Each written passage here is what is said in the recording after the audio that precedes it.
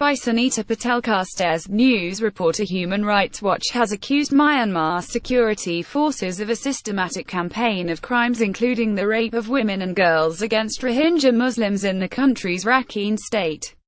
Some women described seeing their young children, husbands and parents being murdered before being beaten and raped, according to a report by the group.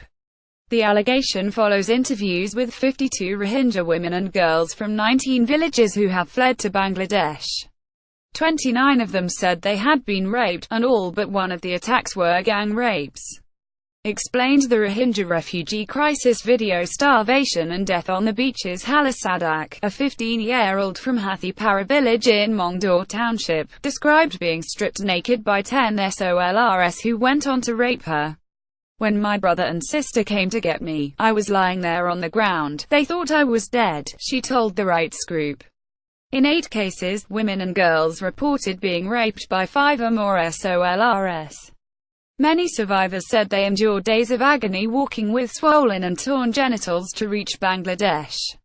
Rape has been a prominent and devastating feature of the Burmese military's campaign of ethnic cleansing against the Rohingya, said Sky Wheeler, author of the report. Why is the Rohingya crisis not classed as genocide? Video Rohingya trafficker 1635 for each girl. She said the barbaric acts of violence have left countless women and girls brutally harmed and traumatized. The report by the New York-based rights group comes just days after Pramila Patten, the UN Special Envoy on UAL violence in conflict, said UAL violence was being commanded, orchestrated and perpetrated by the armed forces of Myanmar.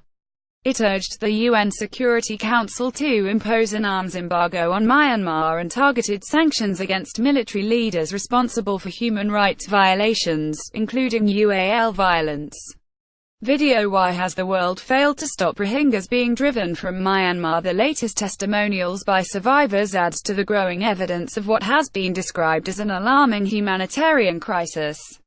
This month a Sky News team filmed the first independent evidence of the shocking deprivation and desperation among thousands of stranded Rohingya Muslims in Rakhine state, including emaciated women and newborn babies who had been dumped on beaches and left to. Our crew also spoke to a man recruiting vulnerable Rohingya women and children in Bangladeshi camps, who had fled persecution at the hands of the Burmese army, for the country's notorious trade. He said this latest exodus had been good for business.